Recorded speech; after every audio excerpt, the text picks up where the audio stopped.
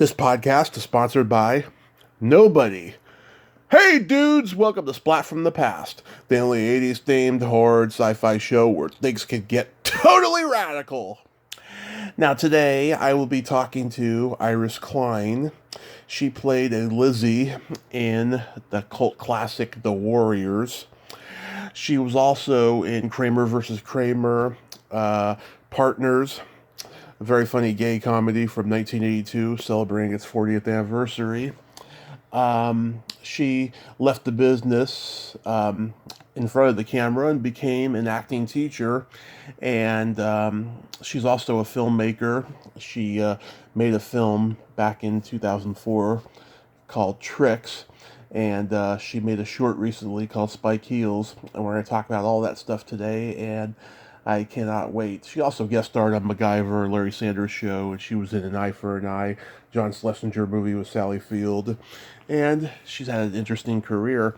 Her cousin was Jerome Robbins, who wrote West Side Story. So, yeah, got a lot of great stuff to get into today, and I can't wait. Back when she was doing movies like The Warriors, she was Iris Alahanti. Klein is her married name. So you'll recognize her name as Iris Alahanti from The Warriors from that. And it's going to be a great conversation. My mom had surgery this morning on her knee. It was a knee replacement. And for those of you listening who wished her prayers on Facebook, thank you so much. I truly appreciate it. So yeah, here is my interview with Iris Klein.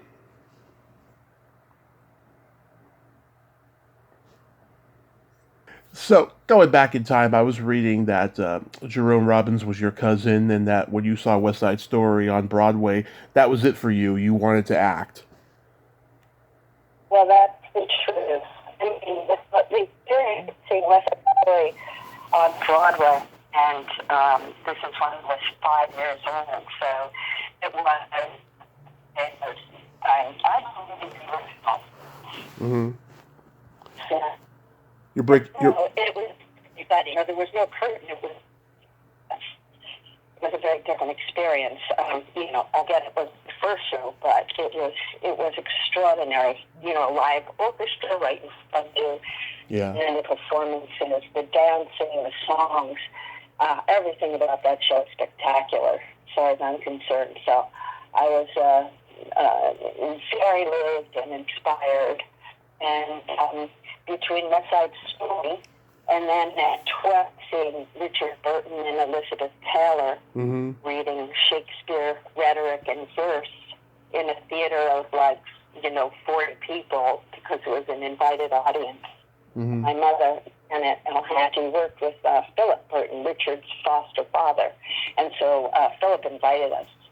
And that was extraordinary as well because, they were in love. They were a young couple. They were beautiful and talented, and it was like reading a romance novel. It was so beautiful. So yeah, between those two experiences, I fell in love. Were you close to Jerome? I'm not close to Jerome. He's old, not young, but I could get to see his shows. I saw Long Roof. A funny thing happened on the way to the Forum, West Side Story. I saw a lot of his work, and my family was very involved in the theater. My mother taught acting for forever. She's legendary, and so it was a part of our routine pretty much. I was very fortunate. She took us to see Leonard Bernstein did at the Philharmonic children's series, and it was like a subscription series, children, on Saturdays, and she would take us and see that. It was great. It was a beautiful time. It was very, blessed to be able to have that experience because I know it totally carved out who I am and, as a solid foundation of wonderful work and inspired talent that I got to experience firsthand. Yeah, you got to see it at a magical time too. Yeah, it was a magical time. Yeah, creation all around. Best of. Yeah, so did you immediately get involved in school plays and community theater? I did get in. I started to do school plays in grade school and then in high school.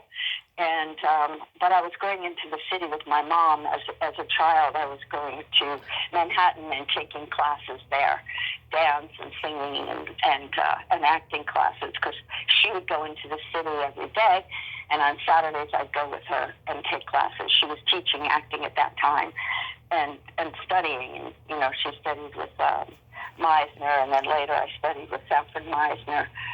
So it's it's I guess in the blood. You know. Yeah, tell me about Sanford Meisner and Stella Adler. I mean, I've talked to people who studied with them, and they tell me, how hard they could be on students. What specifically did you learn about acting from them that you still use to this day? Well, from Meisner, Hmm. yeah, my mother taught, like, since well, let me think how old. Since, she started studying herself when I was 9. Hmm. And so I was exposed by her, through her, with a technique, Meisner-based technique, which is, behavior-based. So I actually, when I studied with him, truthfully, I had a lot of information already. So I understood how to work. And when I was studying with him, there were people who didn't get it. And so they would come to me and ask me to explain. And so that's what I did. I don't think they felt necessarily comfortable to ask him, because, sometimes these people aren't the easiest Hmm. or the kindest.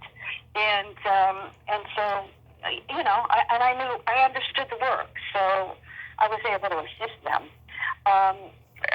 He came up with a brilliant technique. um, Humanitarian. I don't know. They were tough. It was a different time. I think people. I don't know. I teach, and I know what's true. I just have a great sense of what is true. Yeah. Um, but I will not tear someone down. And Hmm. I think that there was a time there when that was a big thing. Like, the teachers, I think that they did. They tore people down. Yeah. There's stories, like, some Meisner stories there, where, he tells the girl to go back home and wait for the boy of her dreams. Yeah. That kind of thing. That's harsh. And, Hmm. it's not for everybody, but I don't think it's necessary to destroy anybody's dream. And, life is hard enough, is what I figure. I will do it to you. Yeah. But he definitely, had a brilliant way of working, a brilliant technique. And, Stella, I think, was kind of similar in that way, too. She could be harsh and rough and, tear you down. And I don't think it was, I don't know if it was purposeful. It was just, it kind of came out of the mouth. But she also was brilliant. She stretched the imagination, and people gleaned a lot from her in work, which is ultimately the most important. But my feeling is you got to put your ego aside and just come from your heart. When I work, that's where I teach from. I teach from the heart. Because the ego can take over and run the show, and I don't think anybody benefits from that, truthfully. Yeah. Oh, that's wonderful that you do that at least. Um, did you have any classmates that went on to become successful in acting? Class, so in Stella's class, Harvey Keitel was in my class. So he Hmm. was, I think, reviewing. I think he'd been through. He had already had a career, so I think he was reviewing it. Hmm. Yeah, that was a magical time in New York because you had the method Yeah. teachers, and you had Herbert Berghoff and Yes. Joe Papp, and New York had Broadway, and there was this seedy vibe to the city. Everyone tells me the magic of it's gone now. Yeah, I'm probably sure it is. I don't live there now, but Yeah. I think a lot's changed over the years, and I mean, I'm sure the passion is still there, and there are kids who are just just chomping at the bit to be on the stage, whether dancing, singing, or acting, or somehow creating. But I do feel something's changed all along the way. But I think the vision stays alive, Yeah. and it's beautiful to be inspired by greatness. And I think that that's what we have to seek out, whether it's listening to fantastic music, classical music, something that's going to stretch your imagination, going to the museums, seeing artwork, anything that's going to inspire you, I think it's available, and I think it's really important to seek out. Mm-hmm. To keep the artistry alive. So how do you get cast in the Warriors? Okay, so this is a pretty funny story. Okay. So I lived in New York, and I was a teenager. I guess I was I don't know how old, 17 or 18. Mm-hmm. Let's say 18, just for the sake of whatever. Anyway, so I'm in New York, and I was doing extra work. And I got hired as an extra on the Warriors. Mm-hmm. And I'm dressed in my, jeans and a midriff top, and I looked kind of cute, Yeah. And they put me in the subway, and the Warriors are there, and they keep moving me back, like Walter Hill, the director. He's like, yeah, no, move it back, move it back, move it back. So they keep moving me back till I'm almost in the next car, because there was, I don't want to sound egotistical, but I'll just tell you the truth. Mm-hmm. The truth is there was no way that the Warriors were going to stand there and not some one of them come up and, make a connection, because there's a, young girl there. Mm-hmm. So he kept putting me back because it didn't make sense for me to be sitting there without them linking. So then that wasn't going to work. So he came over to me. He says, "You want a part?" And I said, yes. He said, "Come back, go home, come back Monday. Wow. And we'll put you in wardrobe, and you're going to be a Lizzie." And that was that. That's how that happened. What? That is crazy. That happened. Is that the best? I have a few of those stories. But, in New York at that time, it's like anything was possible. So I did a lot of extra work, and I got upgraded a lot. I don't know if that happens anymore. I don't know if it happens in Los Angeles. But it was, at that time, it was, I think, easier in that way to get upgraded and get a line and get a part. Yeah. And so that's how that happened. And so I showed up Monday, and there I was in the Lizzie, they did hair, wardrobe, and there I am. I'm one of the Lizzies now. And so I got to work on that show with Walter. I made friends with the people, and it was a great experience. Yeah, I don't think that could happen today. Yeah. Today, you got a committee of 20 people deciding who gets what part, and it's just insane. Back then, it was so much easier, and there was a lot of camaraderie. A lot of people worked together previously would work together again. It's a different system now. It is a different system. I think it's all a lot of corporations are running the show now, too, so there aren't necessarily artists running the show. But I'll tell you, I worked with John Cassavetes. The last play he wrote and directed, and Jenna Rollins. That man, John Cassavetes, if anyone doesn't know him, you've got to just go to YouTube and look him up. Because talk about a fearless director. I ended up understudying Carol Kane, and I got to do 4 shows because Carol went to New York. But I tell you, I was there.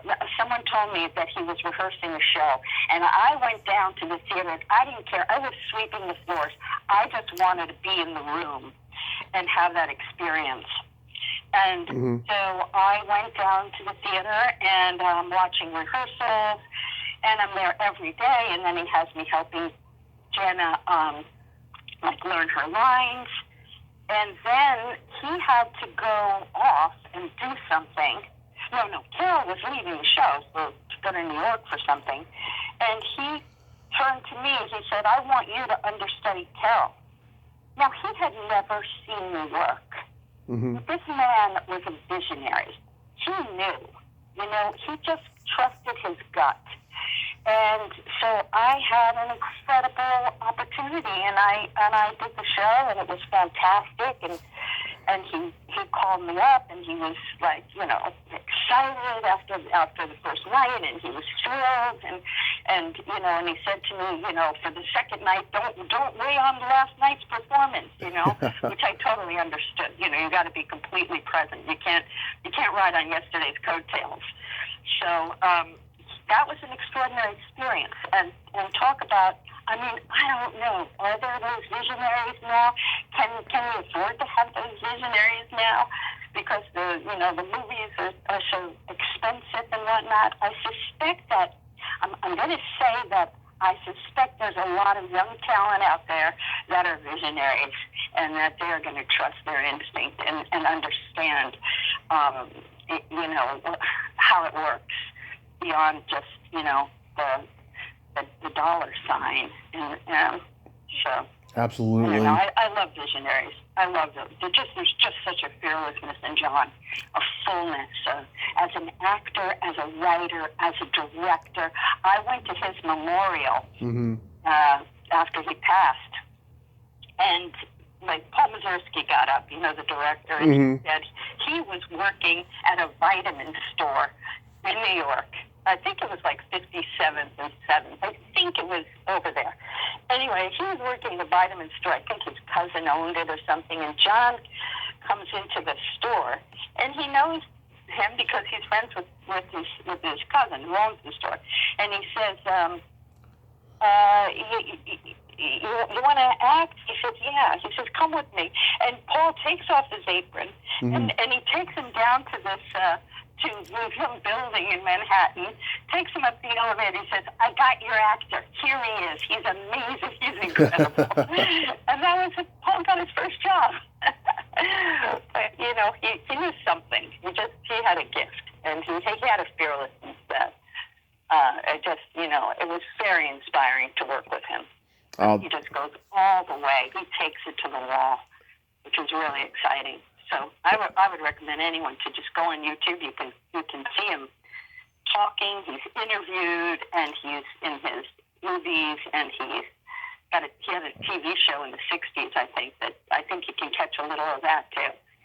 Awesome. He's a very full human being. He was a great one for sure.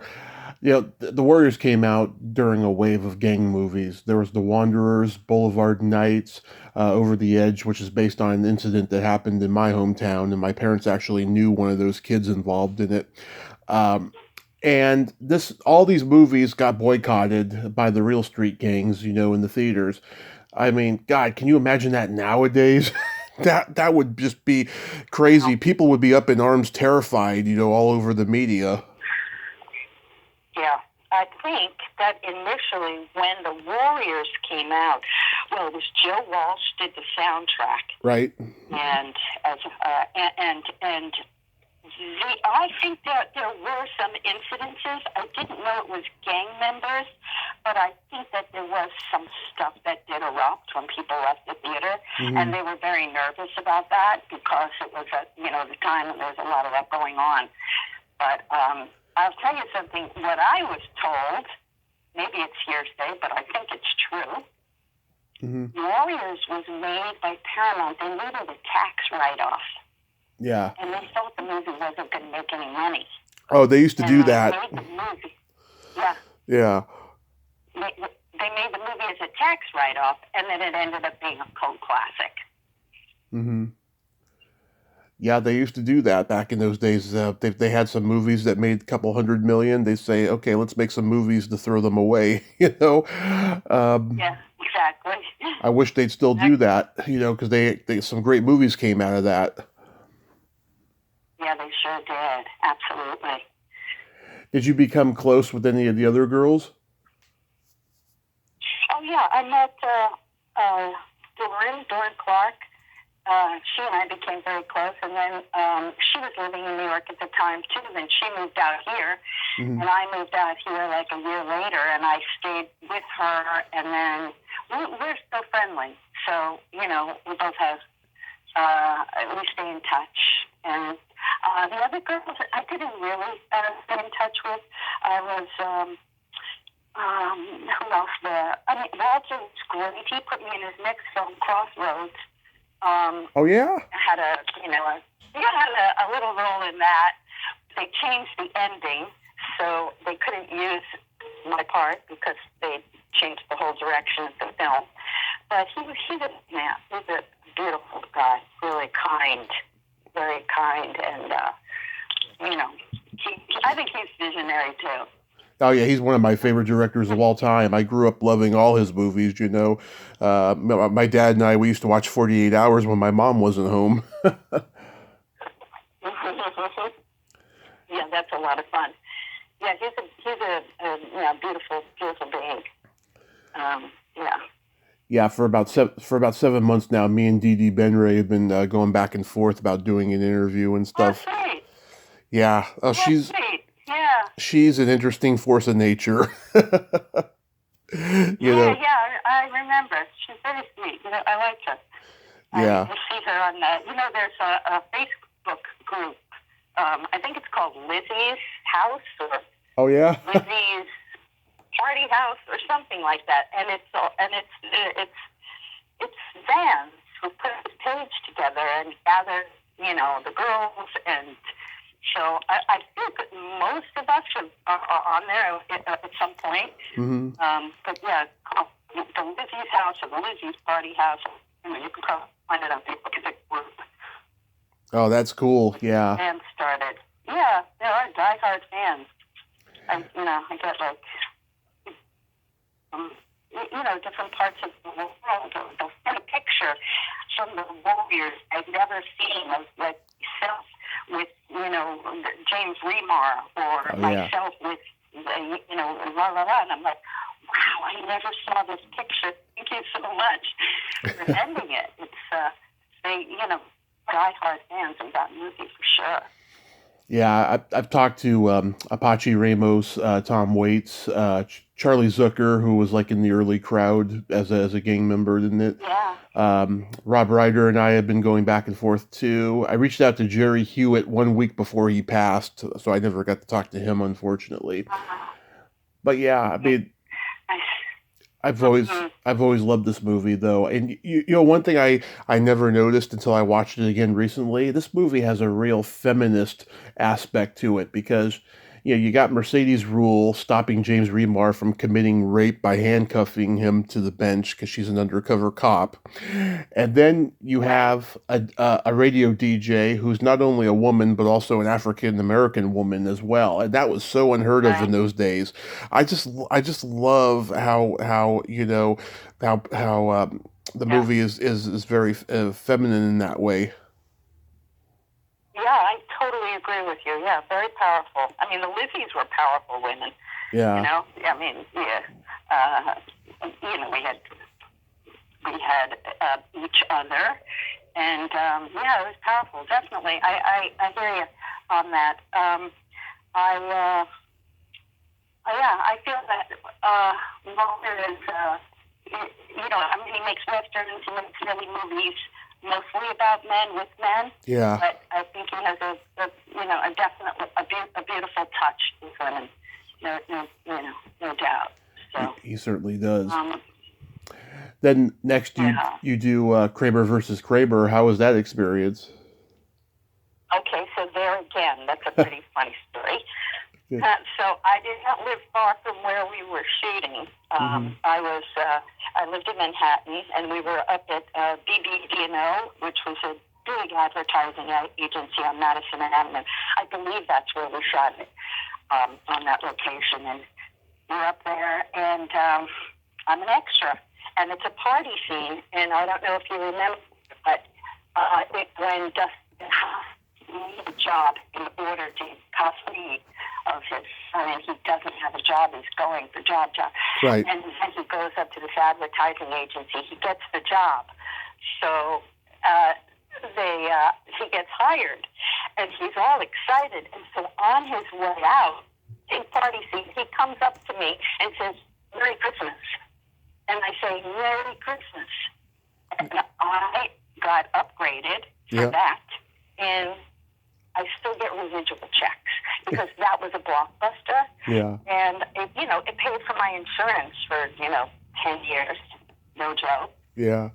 Yeah, because you have to earn X amount of dollars. So I mean, that was just a beautiful experience, and he was great. And they actually had like champagne on the set. Nice. And I drank a little, and then I went home. It was lunch, and I said, "Mom, I drank a little." She's like, "Take a shower and go back to work. The show must go on." That's what I did. So that was great, like from nothing.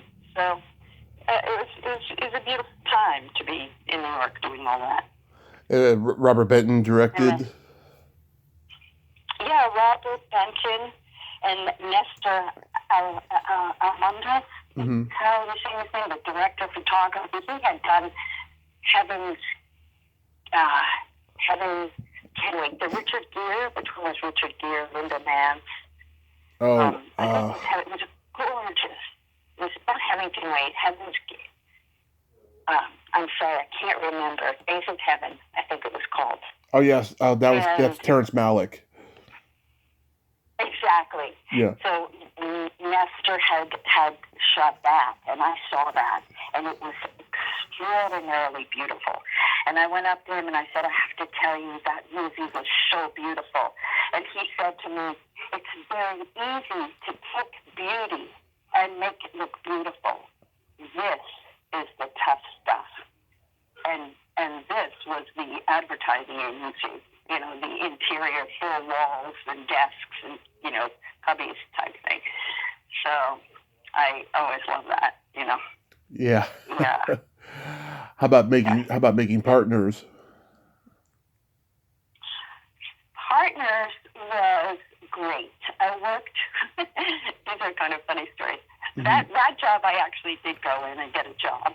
It wasn't an extra. I was hired for that particular role, mm-hmm. And it was I came out to California and I booked that job, and I was a little nervous. It's my first job, and I have to be jogging. And Ryan O'Neal comes up to me, like I sit down on a bench, and he comes up to me, and we talk. And then the next thing you know, we're in my apartment. The next thing you know, we're in my bed. And the next thing you know, that didn't work out.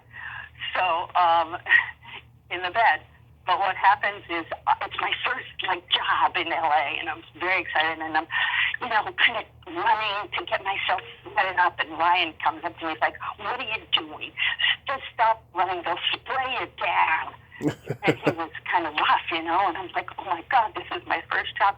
And I just turned to him and I said, "I think you're such a wonderful actor." And he just melted. And he became my buddy. He was so kind and sweet and so protective of me. Oh. And he really took care of me. I don't know if it was because he saw that this was my first job in LA and be kind, or it just shifted immediately, and he was very kind and very sweet. Yeah, or maybe he thought you were pretty. Maybe, but he was married to Farrah Fawcett, so yeah. I don't think that he was looking anywhere. She was a beauty. She actually came on the set that day too. Oh, nice. She was a beautiful person. Yeah. So that was how Partners happened. That's what the little story there. Yeah, James Remar was also in that movie for a minute. He played a gay man. Yeah, James was in that movie. He's a talented actor. Very talented. Yeah, he and I became friends. Yeah, after Warriors, we became friends. And, I saw him when I came out to California. And, he works. He's very talented. So, and he was wonderful, very kind. Mm-hmm. It matters, it's nice when people maintain their humanity. Yeah, even after big success and whatnot, because what else is there, yeah, and this was Never today. yeah, this was James Burrows' only theatrical film. Oh, wait a sec. You're talking James Burrows. I thought you said James Remar. I'm sorry. Oh no, I thought you said James Remar. No, I did James say Burrows. I did say James Rebar, but this is James Burrows' only theatrical film as a director. Yes, Yeah. yes, yes, yes. I mean, he's won like how many Emmys? I can't even imagine. Yeah. A lot. Taxi, Cheers. Yeah, this was his. Yeah, this was his. I think maybe his first and only. It was kind of like a comedy drama. I mean, it had a lot of humor in it. It was very funny, but it didn't take off at the box office. Mm-hmm. That's why he never made. As far as I know, he never made another film. Yeah, and he never did. He continues to work. Yeah, he never did a theatrical film after that. Yeah, but continues to, I believe, direct television a lot. So, yeah, I don't think we have to worry about him. I think he's okay. Yeah. Going back to Crossroads, so what did you play in that? Well, in Crossroads, Ralph Macchio's character was supposed to be leaving. He was leaving town, and he was getting on a flight. He was booking a ticket, and so I was at the I played what do you call the travel agent or travel agent. Yeah, who helped him get the ticket to where he was going, and this would have been an important thing in the movie because he had made a choice to leave. But ultimately, in the film, he did not take that trip. I don't remember exactly how it ended, but he did not take a trip. He did not book a plane, but I can't remember what he ended up doing. But it was like 180 degrees from what the concept was at one point. So yeah, I love that movie. Yeah. I think it's very underrated. Yeah, that's tough, isn't it? Yeah. The film is underrated, or doesn't get the audience. But sometimes they come back around. Sometimes they do, yeah. How was guest starring on MacGyver? MacGyver was great. I did a couple of episodes with that, and I played a man dressed as a woman. Mm-hmm. I was Michael DeBar. Yep. Was the man, but he was a master of disguise. And so when he disguised as a woman, I played the woman. And so I did a couple of episodes of that.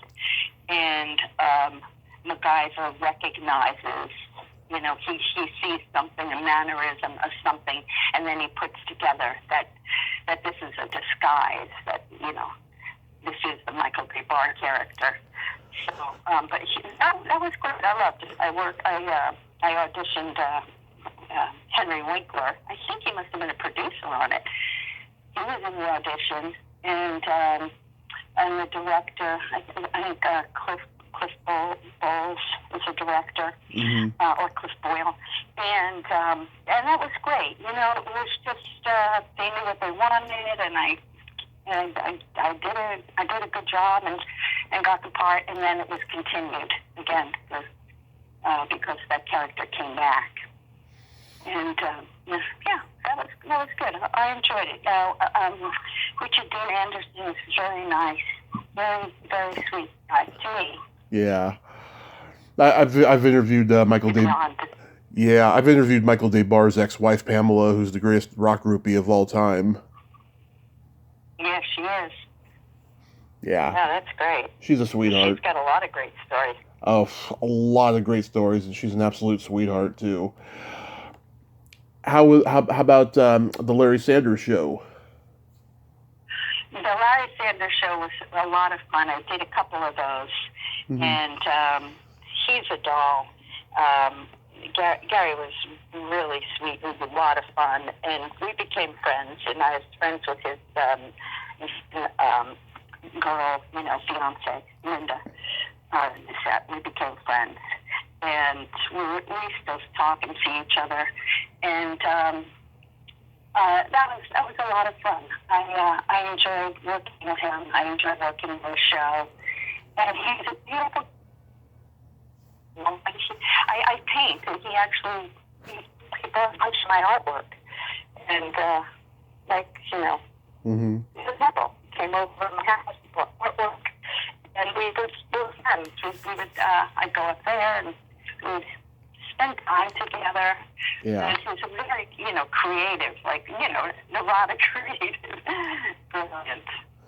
Yeah, it's funny. When I was a kid, I didn't think he was funny, but after I saw that documentary, I was just impressed at what a craftsman he was, because they showed rare footage of him at the Comedy Store that no one had ever seen before. I was like, okay, he is pretty damn funny then. Yeah, he's very funny. Very funny and hardworking. I mean, driven.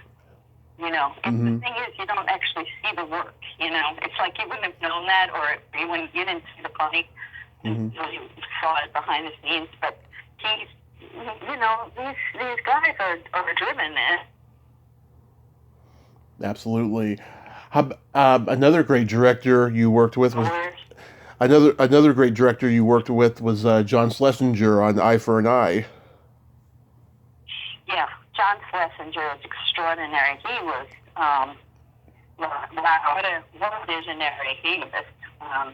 I talk about them in present tense because, the movies are alive. Yeah. The energy is he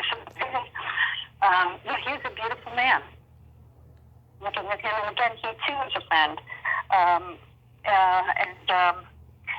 He became a friend of mine. I was married to an artist that he collected, and so he was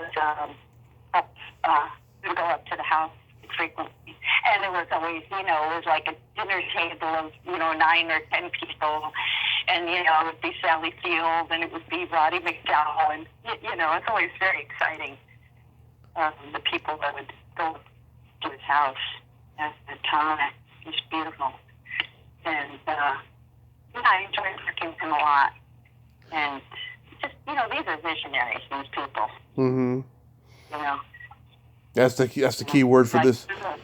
Yeah, that's the key word for this, visionary. Visionaries, exactly.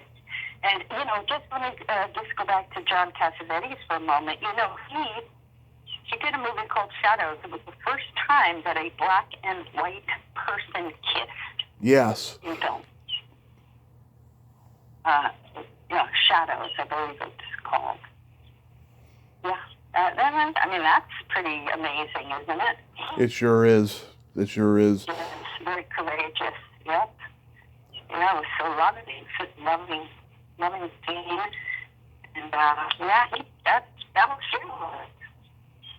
He also financed his own movies. He wouldn't, he took a second mortgage out of it so that he could just make his own movies without. I think he made one trivia film, which I believe was the original Gloria. Oh, yeah. And he told a beautiful story about that. Would you like to hear how that movie got its name? Okay, go ahead. Yeah. Okay, so they're in New York and they're shooting the film. With Jenna, and they're shooting Gloria. And they don't have a title for the movie. And this homeless woman comes up to him, and she is, it's like she had on a dress from Saks Fifth Avenue that was 20 years old. Like once upon a time she had a life, it felt like. And she said, "Can you give me some money?"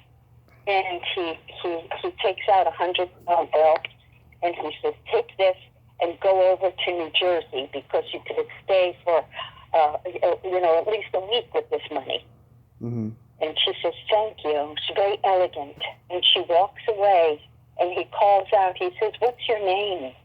And she says, "Gloria." And that's how they named the film. Oh, wow. And he told you that? Yeah. Oh. Yes, he did. Yeah.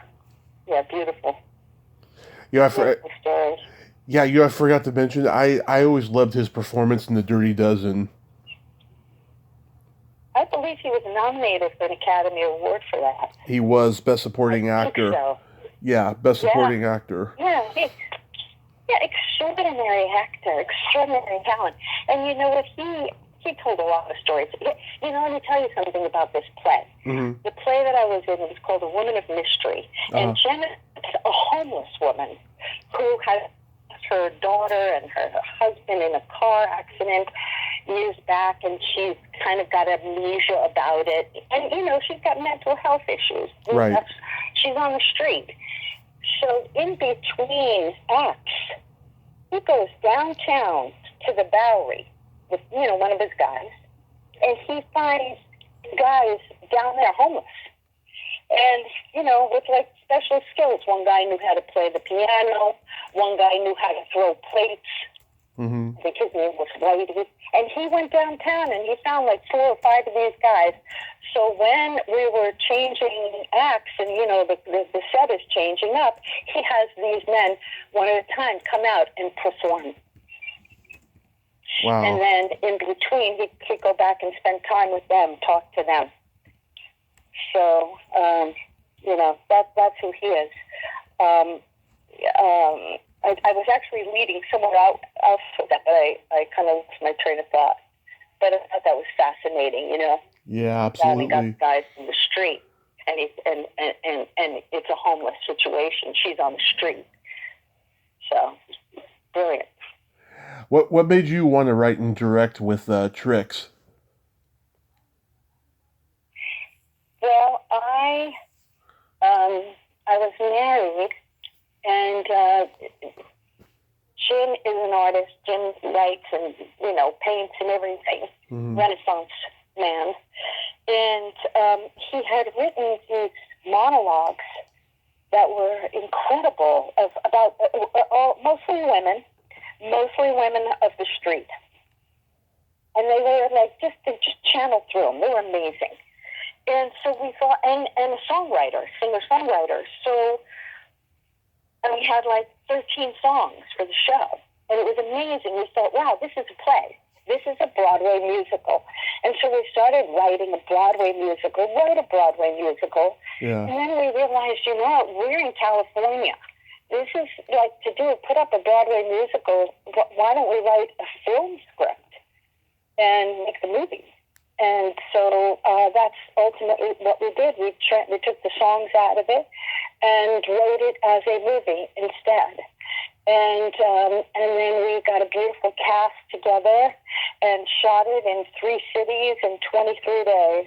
And we won some film festivals, best directors, and we co-wrote it and co-directed it. And I think at that time that was unusual because, I mean, now you see a lot of that.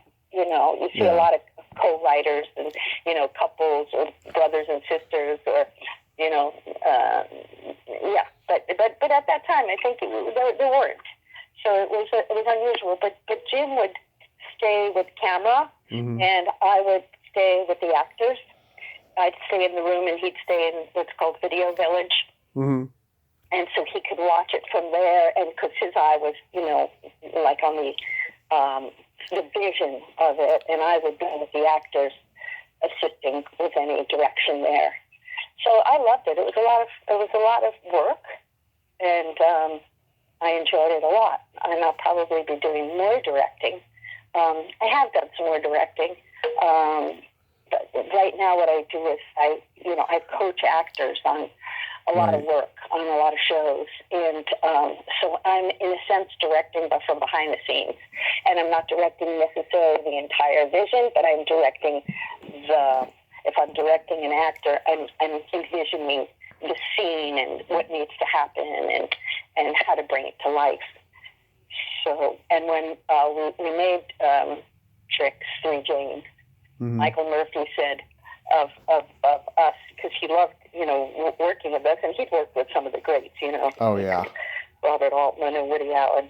And he said, I love working with you two. Jim tells you what he wants, and Iris tells you how to do it. Yeah.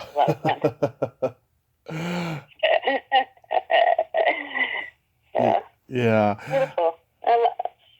Yeah, it's beautiful. I love, I love the work Yeah. and the creation and people putting in their hearts and souls. It's really beautiful, and I feel that they do. Oh yeah. The ones that you love, they're very generous.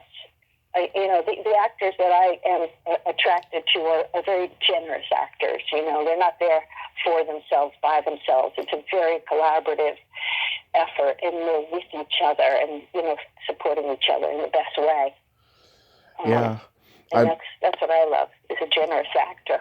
And that's who I work with, too. I work with, people who have a bigger picture than just, get famous. Absolutely. That's what it's about. Absolutely, I can relate because with this podcast, I've interviewed 98% great people. I've only had a small percentage of people who are difficult, but I've gotten to interview so many great people of all different walks of life. And it's just been so profound for me in my journey. So beautiful. That's beautiful. And you share your knowledge, which is so generous, too. Oh, absolutely. Yeah, I think you have to. And also, too, there's a lot of suspicion these days because there's a lot of frauds out there. So I have to kind of, share my knowledge. I know, it's important. I think that we've kind of lost a sense of I don't know, history I remember I heard a story where Shelley Winters, you remember Shelley Winters, she Yep. goes to on a casting, and the casting person didn't know who she was because it was like a young person. This is, 20 years ago or so. Yeah. Or more. Anyway, and the casting director said, "So what have you done?" And she opens her bag and she pulls out her Academy Award. She says, "This is what I've done." Yeah. But it's important, it's important to really know like what's come before. I think, and as actors, to know what great material is and great performances, and just to expand your vision. I think I'm a little concerned on the myopic thing that's happening with the cell phones and the, I don't know, TikTok and Insta and celebrity for being famous and all of that. It kind of wears down. It's sickening, I think. Fabric. Yeah. Yeah. It's. I think in the future, people are going to put a strain on it somehow. People are going to realize, what, this is wrong. We got to give it some restrictions and some limitations. And then hopefully, things will swing back the way around. I hope it happens that way. Yeah. I don't know. I have no idea what is before us, but I know that we have to keep our light shining. That's for sure, so we can guide away. Yeah. Did you made a short film? I'm sorry. Go ahead. I'm sorry. May I just tell you this? My mother always said. My mother had some great lines. Mm-hmm. One of them is, "A star gives off light." Yes. It does not take. A star gives off light. And that's so beautiful because, you think of the word star like it stands alone and it's la, but a star guides the way. I like that. We can see our way home by the light of the stars. Yeah, exactly. I'm sorry, I cut you off earlier. It's okay. You made a short film recently called Spike Heels? Well, yes. One of my students came to me and he had this scene and he wanted to shoot it. He is making another movie. He's very interesting and talented. And so he came to me and he said, "I want to make this movie. I want you to direct it." And it was just a short, It was one scene from a play, Spike Heels by Teresa Rebecca. And so I said, "Sure, I would shoot that for you." And he, David Placentia and Ivy Jean are in it, and it was shot. I can't remember the fellow's name, but he was marvelous. He edited it and put it together, and yeah, so that was very enjoyable. I love the process. I love acting and actors and the creation of a collaborative effort. It's really, really special. There's nothing like it. Yeah, is that available anywhere? I don't know. He's got it. I'll find out. He might have. I can find out. I don't know offhand. Okay. But yeah, he shot that. I mean, I directed. He came to me with that. It's really good. Do you get a sense? Yeah. Do you get a satisfaction teaching that you don't actually get when you're acting? I love teaching. I love what I do. I teach classes. I teach a technique class. Mm-hmm. I teach a scene study class. I teach a moment-to-moment class where you just get present and in the moment with your partner, really listening and really being with them. And I love teaching. I get to direct while I teach, because in scene study, for example, or in technique class, but let's just go with scene study. We're working on scenes, and so I will, they'll do their work on it. They come in. I will critique. I will assist them to make these, connections to the character, and so I'm very fulfilled teaching and coaching. When I coach, I'm either working on an audition or I'm coaching on a job. The actors come to me with their scripts. And, it doesn't matter if you've been doing it for, 2 days or 20 years. It's always good to have that, a third eye on it, because sometimes for the actor, it's hard to see the big picture. You kind of get lost in the self. You know what I mean? Like, not the self, just the part. So I have a friend, Dick Silbert, who passed away. He was a production designer. He won Academy Awards for Reds and Dick Tracy. Oh. And he said, the actor will always tell you that the movie is about themselves. So an actor can have one line, they go, oh, who are you? Oh, yeah. Well, what's the movie about? Well, it's about this nurse who comes in and tells, so it's, sometimes the actor just looks through the eye of the needle, and it's very important to see a bigger picture. Why is that scene there? What's this relationship about? What's going on? And so you're seeing it from, more of I can see it more from a director's vision than just the part. So right. Start with a broader stroke and then bring in the specifics. Right. It's very exciting. It's very creative. How long have you been painting for? I'm working. Painting since like 2000, this lifetime. Yeah. Yeah. I paint. I have a website with my artwork, and I love to paint. So I've been painting pretty steadily. And did some sculpting as well, but mostly painting. A lot of chalk pastel work, or oils on paper, oils on canvas. Nice. It's beautiful. I love it. Yeah. Thanks. Nice. Yeah. So do you have any upcoming projects you'd like to mention? Okay. Well, I'm working on a book. Nice. It's an acting book, but not just an acting book. It's maybe vignettes, maybe stories, but certainly a guide. It's a guide. Mm-hmm. And so I'm working on that, and I have my classes, which are ongoing. And what else? I don't know. I'll hang up, and I'll probably think of something else. But yeah, classes, coaching, and painting. Absolutely. That is so awesome that you got all that going on, especially, with COVID going on and stuff. At least you have a lot of things to do creatively, Yeah. So since COVID, I went on Zoom, and I never looked back. And let me tell you, everything, it's different now. Actors are self-taping their auditions. Their callbacks, a lot of times, are with directors on Zoom, and the casting directors are on Zoom. And, there are some people that are going in a room, but a lot of it is self-taping now. Yeah. Whether it's commercial or mostly theatrical, you are self-taping. You're getting your tape in, and then they're looking, and then they'll, they want you back. The call back, mostly on Zoom. Mm-hmm. And again, some in the room, but I mean, a lot of these directors are casting off their live auditions on Zoom. And Zoom is amazing. It's very intimate. And once you understand all the format of it, when I teach scene studies, for example, the two people who are doing the scene, it's like watching a movie in close-up, or, depending on how far away they are from their camera. But all you're seeing are the two people who are in the scene. Everybody else, their screens go away, they mute their sound, and all you see is what's right in front of you.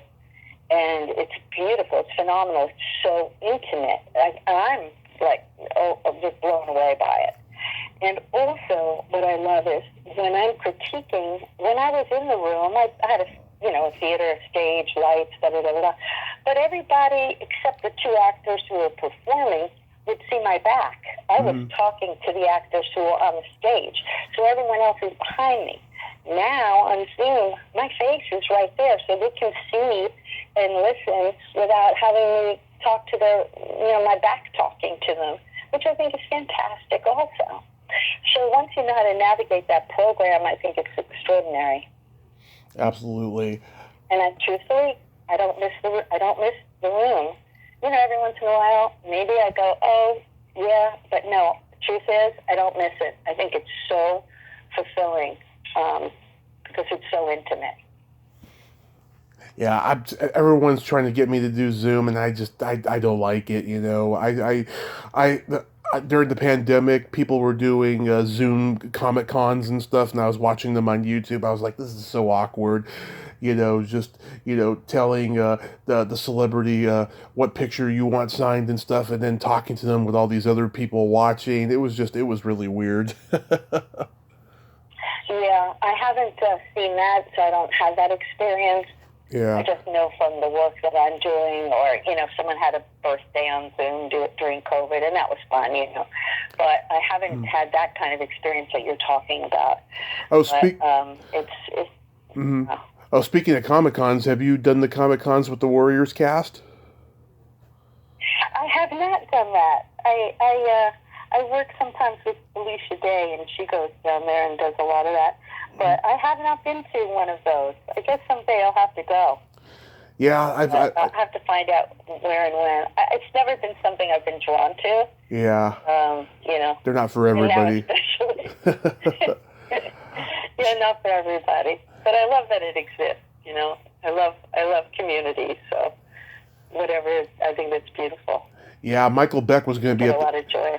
Michael Beck was going to be at the Hollywood show shortly before the pandemic happened, but the Hollywood show happened right in the middle of the pandemic in May of 2020. I was going to go to it and see him. Bruce Dern was going to be there. The cast of Grease was going to be there. It was going to be a huge thing, and unfortunately I didn't get to, but hopefully someday.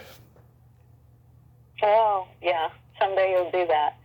Well, I love your knowledge. I've been listening to some of your podcasts, and I love that you bring it to people who maybe don't have the information, and you're very generous in how you share it. And even calling me up, finding me. Oh, thank you so much. I appreciate that. Yeah.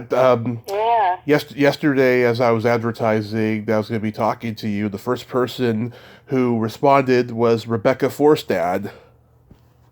Oh my gosh! Yeah, we did a play together, Ionesco's Tale. Yeah. Did you listen to that interview? I'm sorry. I'm sorry. Did you listen to that interview? To her interview? Yeah. No, but I will. I will now. Yes, Ionesco came to the play. Eugene Ionesco came to the play with his wife, and I played his wife in the play, and it was so beautiful, and she loved it. She was so happy, and he signed a poster. He signed a poster of the King, which was one of his paintings, and he had posters made, and he signed a poster for all of us, for the whole cast, which was very generous of him. And it was beautiful. Beautiful. So that was a great experience. It was a great play. And Yeah. I'll have to listen to her interview. Yeah, that's a fun one. You know, we get a little body at the end too. Oh, yeah. Well, that was interesting. Paul Verdier directed that, and it was so clever. And he was French. It had a very French, almost whimsical, very whimsical. It was a play that Ionesco's Tales was written with his daughter. Hmm. I think her name's Marie. And they wrote it together when she was like 5. And so it's very whimsical and very childlike. And when I went for the audition, I had to be able to throw plates to Roy Johns. And Roy Johns was one of the mums. He's Yeah. acrobat. I mean, the mums were MUMS. They were a threesome. They were magicians, and so one of them had birds, and Roy was very acrobatic in his way, and so that was the audition. Was part of the audition was, can I throw plates to Roy, and he can catch them.